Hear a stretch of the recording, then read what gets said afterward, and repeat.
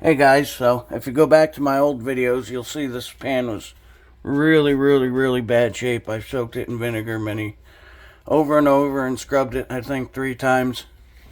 I was gonna soak it in vinegar again, but now that I'm looking at it, I'm seeing it's more pitting than rust at this point.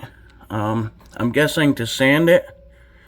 I don't know what to do at this point. I'm guessing sand it is the only thing I can do. If you guys have any other information, please share. Comment below. Thank you. Bye.